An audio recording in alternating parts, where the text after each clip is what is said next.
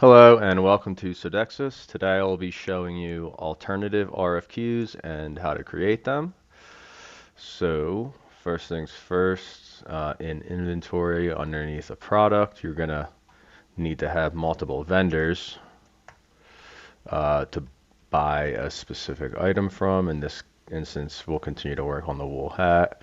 If we go to the purchase tab, you can see two different vendors here.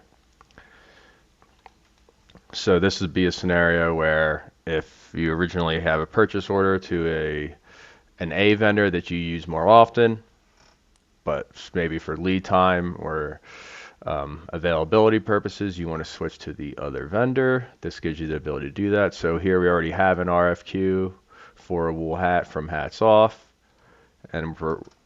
So if we go to the alternative tab, you can see here that you can create an alternative PO. So we're going to go ahead and do that. And you can do the option to copy the products or not. In this instance, we are going to.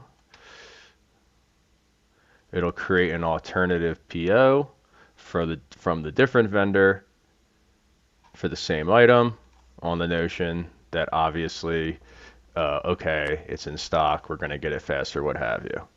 So it then gives you the option to still keep the alternative RFQ or cancel it. In this instance, we're going to say that we don't need the hat from them anymore. We're getting it from a different vendor, and we're just going to cancel the alternative. At this point, this is now a purchase order where the item can be received. And this other one right here, Hats Off, has been canceled.